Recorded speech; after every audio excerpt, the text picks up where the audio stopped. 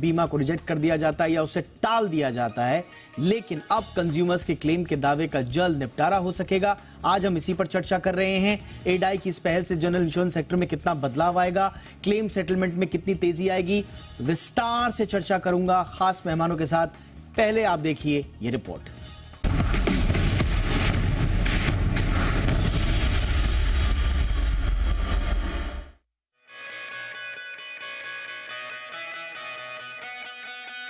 ऐसा आमतौर पर देखा जाता है कि जनरल इंश्योरेंस के तहत जब आप अपनी गाड़ी, किसी सामान, हेल्थ या घर का बीमा कराते हैं तो एजेंट महज आधे घंटे में बीमा प्रोसेस को पूरा कर देता है। लेकिन जब वही ग्राहक बीमा क्लेम के लिए आवेदन करता है तो उसका प्रोसेस बीच में ही अटक जाता है। बीमा कंपनियां कई बार कागजों की कमी दिखाकर क्लेम को रिजेक्ट कर देती हैं। लेकिन insurance regulatory and development authority of India यानी IRDAI ने जनरल इंश्योरेंस सेक्टर को कंज्यूमर फ्रेंडली बनाने के लिए एक मास्टर सर्कुलर जारी किया है, जिसके मुताबिक बीमा कंपनियां अगर क्लेम के आवेदन में कागजों को लेकर कोई खामी पाती है तो वो क्लेम को सीधे तौर पर रिजेक्ट नहीं कर सकती। साथ ही IRDAI ने जनरल इंश्योरेंस सेक्टर में क्लेम सेटलमेंट की प्रोसेस को आसान बनाने के लिए GIC के टेक्नोलॉजी बेस्ड निवारण पर जोर दिया है और कहा है कि 24 घंटे के अंदर बीमा कंपनियां क्लेम को लेकर सर्वेयर नियुक्त करें और 15 दिन में सर्वेयर अपनी रिपोर्ट कंपनी को सौंपे। वही IRDAI ने बीमा कंपनी को रिपोर्ट सौंपे जाने के 7 दिन के अंदर क्लेम के निपटारे पर जोर दिया है। जाहिर है इससे क्लेम के निपटारे में तेजी आएगी। क्लेम सेटलमेंट को सुविधाजनक बनाने के लिए IRDAI ने ये भी साफ किया है कि बीमा कंपनियां क्लेम के दौरान केवल जरूरी दस्तावेजों की मांग करें। इससे ग्राहकों को केवल उन दस्तावेजों को जमा करना होगा जो क्लेम के निपटान के लिए जरूरी होगा। इसमें claim form, driving licence, permit, fitness certificate, FIR, untraced report, fire brigade report, postmortem report और रिपेयर बिल जैसे दस्तावेज जरूरी होंगे। IRDAI की इस पहल से बीमा कंपनियों और ग्राहक दोनों को कागजी प्रोसेस में आसानी होगी। एक आंकड़े के मुताबिक कारोबारी साल 2024 में मोटर क्लेम के रिजेक्ट होने की जो बड़ी वजह रही, उनमें 25% मामले ओल्ड डैमेज के रहे, जबकि पॉलिसी लेते समय गलत जानकारी देने के चलते 40% क्लेम के दौरान झूठी जानकारी देने के चलते 20%, बगैर बीमा कंपनी को बताए वाहन रिपेयर कराने के चलते 10% और अमान्य ड्राइविंग लाइसेंस के चलते 5% लोगों का क्लेम रिजेक्ट हो जाता है। वही हेल्थ सेगमेंट की बात करें तो क्लेम संबंधी कागज नहीं जमा कर पाने और पॉलिसी के नियम कायदे के खिलाफ क्लेम करने के चलते 35% लोगों का क्लेम रिजेक्ट हो जाता है। वही पहले से चली आ रही बीमारी की जानकारी पॉलिसी लेते समय नहीं साझा करने के चलते 15% और फर्जी क्लेम लेने के चलते 15% लोगों का क्लेम रिजेक्ट हो जाता है। IRDAI ने ये भी साफ किया है कि रिटेल कस्टमर बीमाकर्ता को सूचित करके किसी भी समय अपनी पॉलिसी रद्द करा सकता है। वही बीमाकर्ता को पॉलिसी रद्द करने का तभी अधिकार होगा जब उसे कंज्यूमर की ओर से फ्रॉड और झूठी जानकारी दी गई हो। वही पॉलिसी रद्द होने की स्थिति में पॉलिसी जितने दिन की बची रहेगी उतने दिन का प्रीमियम बीमा कंपनी को वापस देना होगा। जाहिर है IRDAI के सर्कुलर को जनरल इंश्योरेंस में सुधारों और सरलीकरण के तौर पर देखा जा रहा है। ब्यूरो रिपोर्ट, जी मीडिया। बहुत ही खास मेहमान इस चर्चा के लिए मेरे साथ जुड़ चुके हैं। स्वागत करते हैं नीलेश साठे जी का, पूर्व मेंबर है एडाई के। बहुत बहुत स्वागत है नीलेश सर आपका हमारे शो पर। हमारे साथ हैं दीपक योहानन, CEO हैं myinsuranceClub.com के। बहुत बहुत स्वागत है दीपक आपका हमारे शो पर। और हमारे साथ हैं आशुतोष श्रीवास्तव, जाने माने एडवोकेट हैं सुप्रीम कोर्ट के। बहुत बहुत स्वागत है आशुतोष आपका भी। साठे सर, चर्चा की शुरुआत आपसे, और इनफैक्ट बीच बीच में आपसे इस मसले पर बातचीत होती रहती है, लेकिन आज स्पेसिफिकली हम ये कागज नहीं दिखाएंगे तो क्लेम कैसे पाएंगे पर चर्चा कर रहे हैं। कहां सर दिक्कतें आती हैं? क्योंकि इसमें देखिए कुछ वाजिब दिक्कतें इंश्योरेंस कंपनीज की भी होती हैं जो उनकी अपने वाजिब वजह हैं जिसकी वजह से वो थोड़ा दिक्कतें करते हैं, और कई बार अननेसेसरी डिले भी हो जाता है। आप बेहतर पॉइंट ऑफ व्यू से हमें बता पाएंगे कि ये प्रॉब्लम आती क्यों है सर बुनियादी रूप से? नहीं, कागज की प्रॉब्लम नहीं आती है। कई बार ऐसे होता है कि कागज जरूरी होता है मगर वो मिलता नहीं है। जैसे हॉस्पिटल से अगर कुछ कागज चाहिए तो ना तो वो जो हॉस्पिटल में एडमिट हुआ है पॉलिसी होल्डर उसको देता है और इंश्योरेंस कंपनी को भी नहीं देता। तो आज ये नहीं है, कल वो नहीं है, करते करते वो रजिस्टर ढूंढना पड़ेगा। तो कई बार ऐसे होता है कि कागज जरूरी होते हैं मगर उपलब्ध नहीं होते। तो पहले तो ये होता था कि पॉलिसी होल्डर जो है उसको भटकना पड़ता था कागज जो इंश्योरेंस कंपनी मांगेगी वो देने के लिए। अब नया जो मास्टर सर्कुलर इशू किया है हेल्थ इंश्योरेंस के बारे में, उसमें उन्होंने कहा है कि ये कागज इकट्ठा करने की रिस्पॉन्सिबिलिटी जो है वो पूरी तरह से इंश्योरेंस कंपनी की है। कहने का मतलब ये है कि अब पॉलिसी होल्डर को दर दर भटकना नहीं पड़ेगा ये सारे रिपोर्ट इकट्ठा करने के लिए। जहां तक जनरल इंश्योरेंस का सवाल है, जो कि लेटेस्ट एक सर्कुलर जारी हुआ है 11 जून को, उसमें उन्होंने काफी बदलाव लाए हैं। मेन बदलाव जो है वो सर्वेयर के बारे में है। जैसे 50,000 के नीचे जो मोटर के क्लेम होंगे या 1 लाख के नीचे जो अदर देन मोटर होंगे उसके लिए सर्वेयर की जरूरत नहीं पड़ेगी। कहने का मतलब यह है कि पहले सर्वेयर जब अपॉइंट होता है ना, तो पहले ये बहुत दिक्कत होती थी कि सर्वेयर अपॉइंट होने में ही महीना 2 महीने निकल जाते थे। तो अब IRDA ने ये भी बात साफ की है कि सर्वेयर को तुरंत अपॉइंट करना पड़ेगा और सर्वेयर को भी 15 दिन के अंदर रिपोर्ट देनी होगी। ये कुछ प्रावधान जो है ये काफी सख्त है। जैसे कई बार ऐसे होता है कि जैसे फायर होती है तो 15 दिन में सर्वेयर को सारे पेपर्स इकट्ठा करके पुलिस रिपोर्ट, उस समय का जो न्यूज़पेपर में कुछ आया होगा उसके बारे में जानकारी लेके 15 दिन में रिपोर्ट सबमिट करना is very very challenging. But by and large जो छोटे मोटे 5-10 लाख तक के क्लेम होते हैं, जो 90-95% वही होते हैं, उनके लिए ये काफी सुविधा होगी। और ये टाइमलाइन जो डिसाइड की है उसके कारण ये बहुत आसान होगा समझने के लिए कि भाई क्लेम आया तो मोटर का क्लेम अगर 50,000 से ऊपर का है, सर्वेयर अपॉइंट होगा और 3 हफ्ते के अंदर क्लेम सेटल होगा।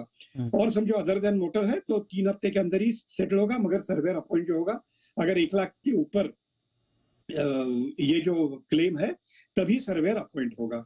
तो ये काफी अच्छे बदलाव है, इसमें कोई दो राय नहीं है।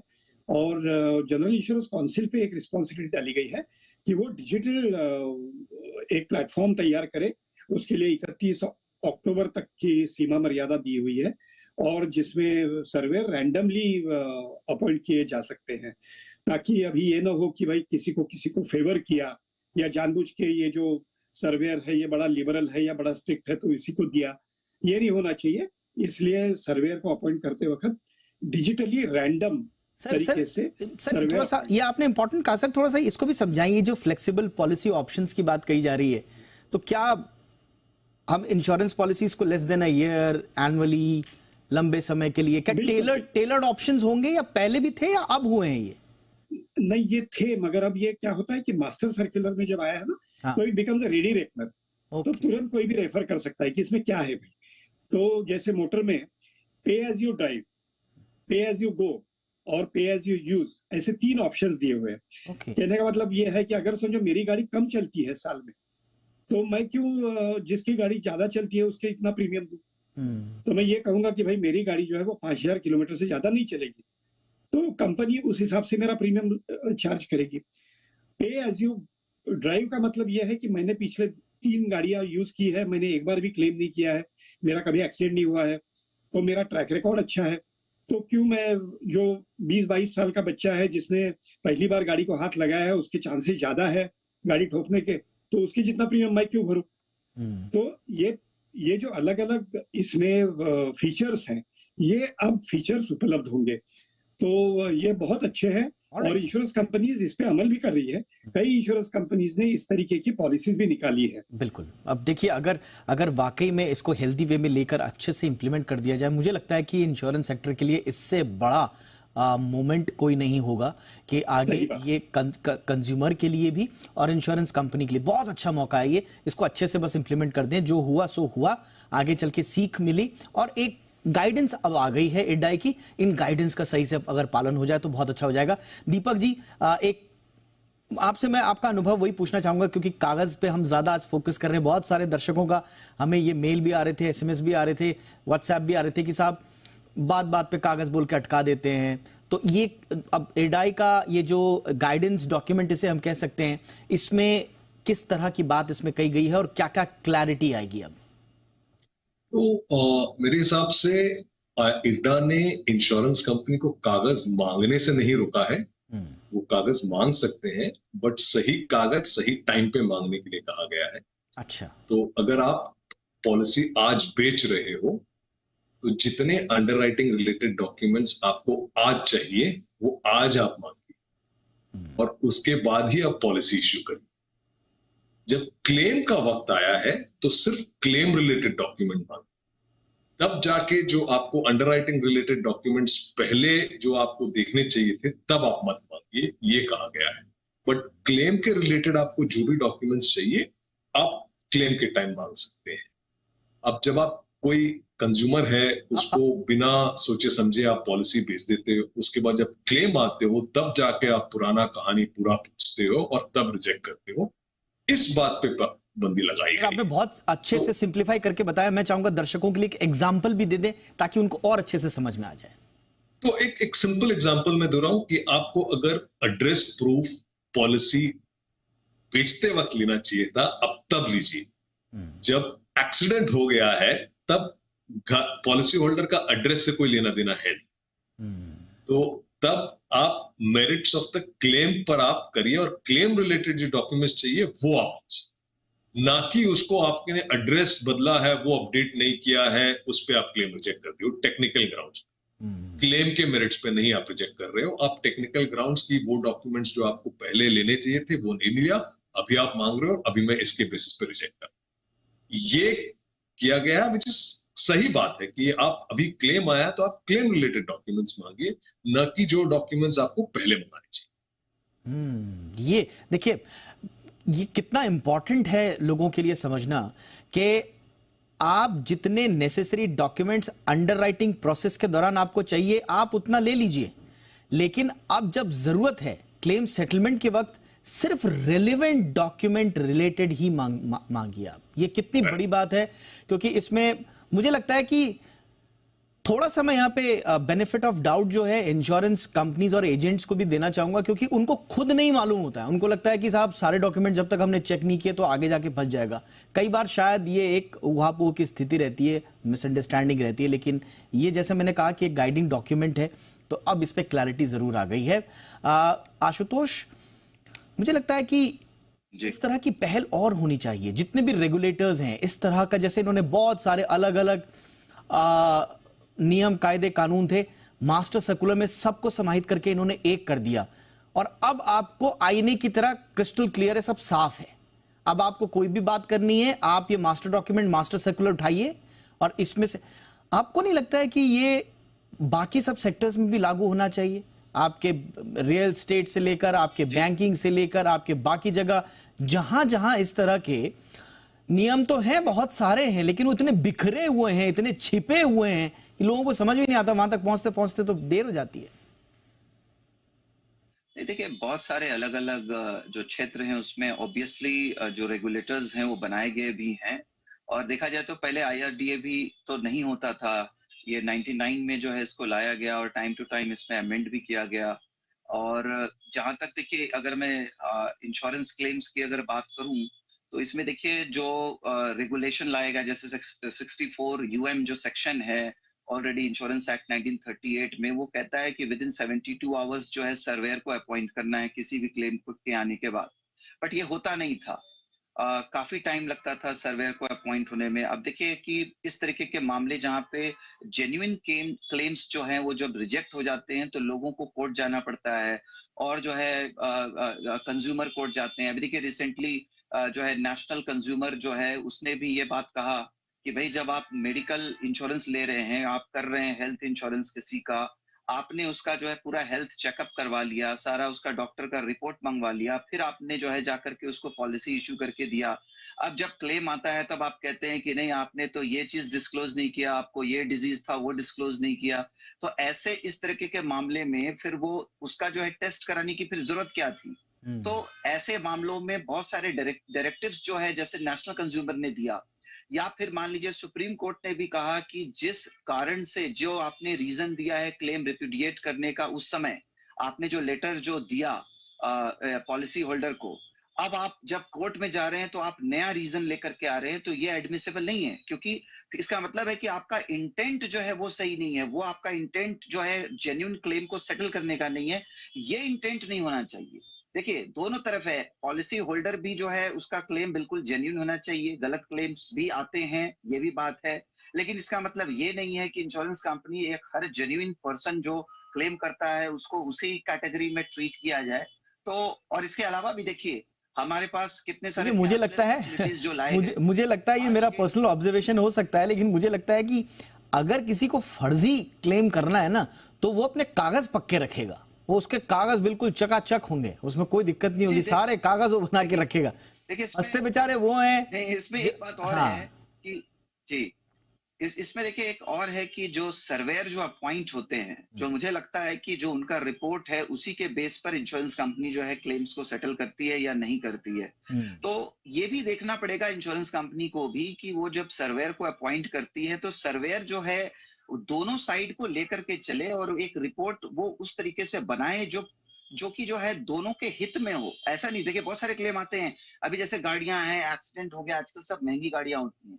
अब मान लीजिए छोटा एक्सीडेंट हो गया, 2 लाख 3 लाख का क्लेम आ गया, अब वो सर्वेयर जो है रिपोर्ट बना के देगा कि नहीं इसमें तो जो है 25,000 ही मिलेगा क्लेम, 50,000 ही क्लेम मिलेगा, ये तो इसमें कट हो गया, ये तो उसमें कट हो गया, ये हो गया। तो फिर पॉलिसी होल्डर जो है वो एक तरह से ठगा हुआ महसूस करता है, उसको लगता है कि भाई ये फिर मैंने पॉलिसी लेने की जरूरत क्या थी।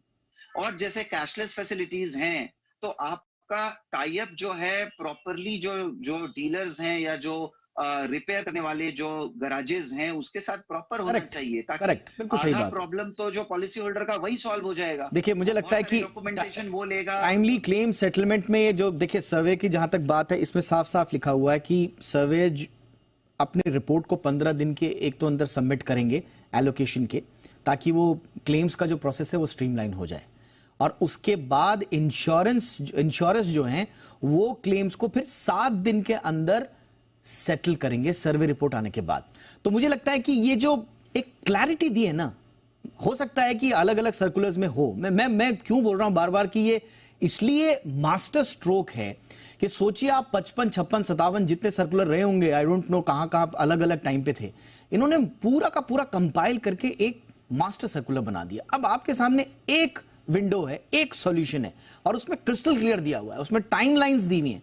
तो मुझे नहीं लगता है कि इंश्योरेंस सेटलमेंट में या फिर कंज्यूमर के साथ या जिन लोगों ने इंश्योरेंस कराया है उसके साथ किसी तरह की नाइंसाफी हो। बट हाँ, इसमें अभी भी कुछ दिक्कतें होंगी। वो दिक्कतें क्या हो सकती हैं जहां पर हमें गौर करना चाहिए, मैं अपने मेहमानों से पूछूंगा एक छोटे से ब्रेक के बाद। कहीं मत जाइए।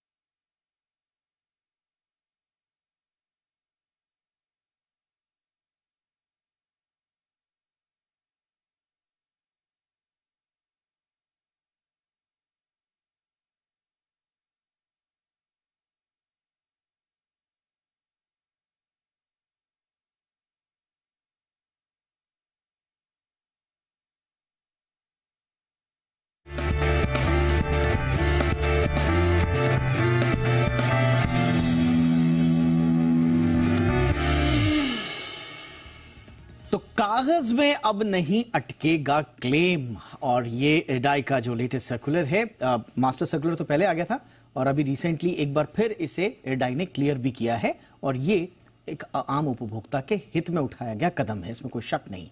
साठे सर, कागज को लेकर कुछ और बातें जो आप चाहेंगे कि उसमें और क्लैरिटी आए? एक दो तीन चीजें मैं बताना चाहूंगा कि इस तरीके के मास्टर सर्कुलर बाकी रेगुलेटर्स भी इशू करते हैं, ऐसा नहीं कि सिर्फ IRDA ने किया है। अच्छा।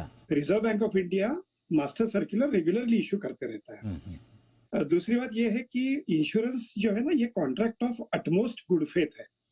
कहने का मतलब यह है कि जो इंश्योर्ड है उसने जो सच बातें हैं वो सारी बतानी है, और फिर उसने जो कुछ कहा है उस बेसिस पे प्रीमियम डिसाइड होता है। अब अगर कुछ डिस्क्लोज नहीं किया है तो इंश्योरेंस कंपनी को पूरा हक है कि अगर ये फ्रॉड के लिए डिस्क्लोज नहीं किया है तो वो क्लेम रिजेक्ट करे। मगर हेल्थ में आपने देखा होगा, हमारी चर्चा भी हुई है उसके बारे में, कि 3 साल के बाद अगर ये पता चला कि कुछ नॉन डिस्क्लोजर है तो उस कारण से क्लेम रिजेक्ट नहीं होगा। पहले 4 साल था, अब 3 साल कर दिया है।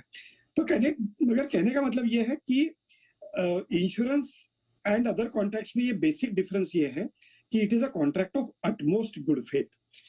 तीसरी बात ये है कि ये सेक्शन 64 UM जो बताया था आशुतोष जी ने, उसमें 72 घंटे का समय दिया गया था, वो अभी कम कर दिया है। वो भी अच्छी बात है, उसमें कोई दो राय नहीं है।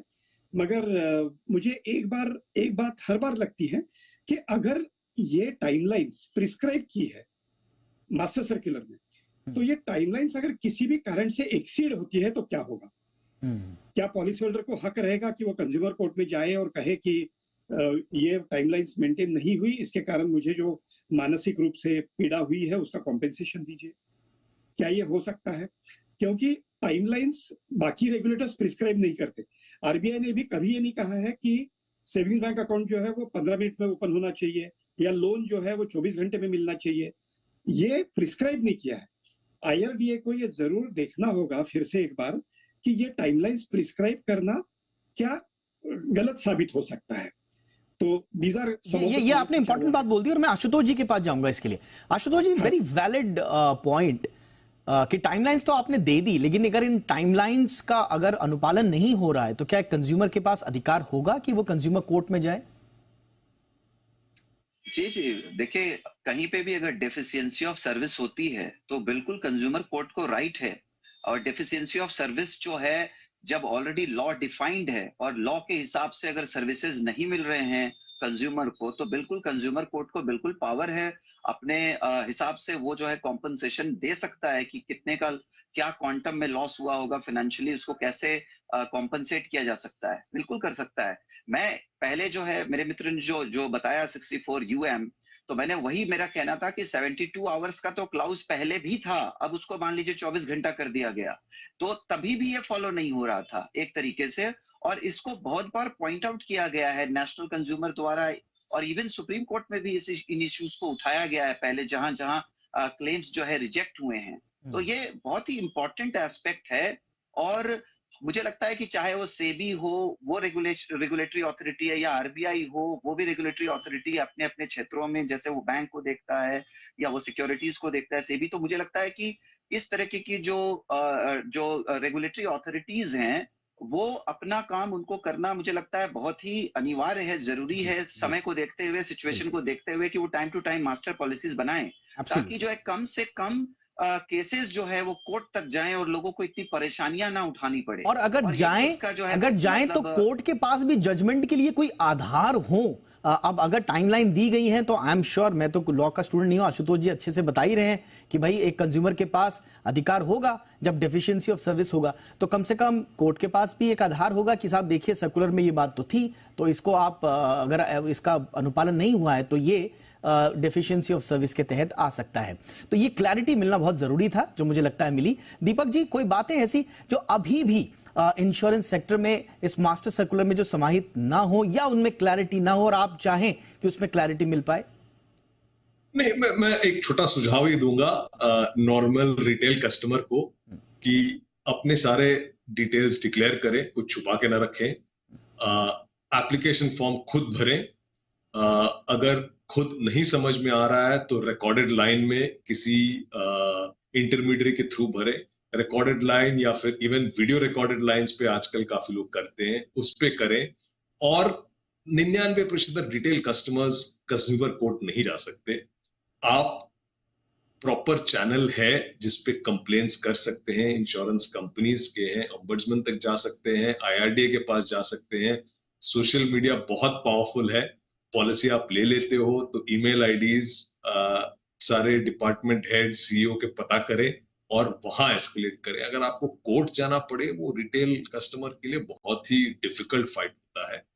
तो यही मेरा सुझाव रहेगा रिटेल कस्टमर। नहीं, बिल्कुल आपने अच्छा सुझाव दिया कि अपनी तरफ से, और जैसा साठे साहब ने भी कहा कि ये देखिए, सच तो अपनी तरफ से आपको बोलना पड़ेगा। अगर आप कुछ छुपा रहे हैं तो अननेसेसरी आपको प्रॉब्लम तो होगी ही। हाँ, आपने सच बोला है और उसके बावजूद अगर आपको क्लेम नहीं मिल रहा है तो उसके लिए इडाई बैठा है, सारे के सारे रेगुलेटर्स बैठे हैं, पूरा एक प्रोसेस है। तो इस तरह से मुझे लगता है कि क्लेम सेटलमेंट का मसला अपनी परिणति तक बहुत ही आसानी से आ सकता है यदि क्लैरिटी हर तरफ हो। ये मास्टर सर्कुलर एक क्लैरिटी का एक बहुत बड़ा माध्यम बनकर उभरा है। उम्मीद करते हैं इसे हर स्टेक होल्डर अपनी तरफ से पूरा इंप्लीमेंट करेगा। बहुत बहुत शुक्रिया वक्त निकालने के लिए Nilesh Sathe sir, Deepak Yohanand sir, Ashutosh Shrivastava ji, thank you so much आप तीनों का। आपकी खबर आपका फायदा में इतना ही। इजाजत दें, नमस्कार।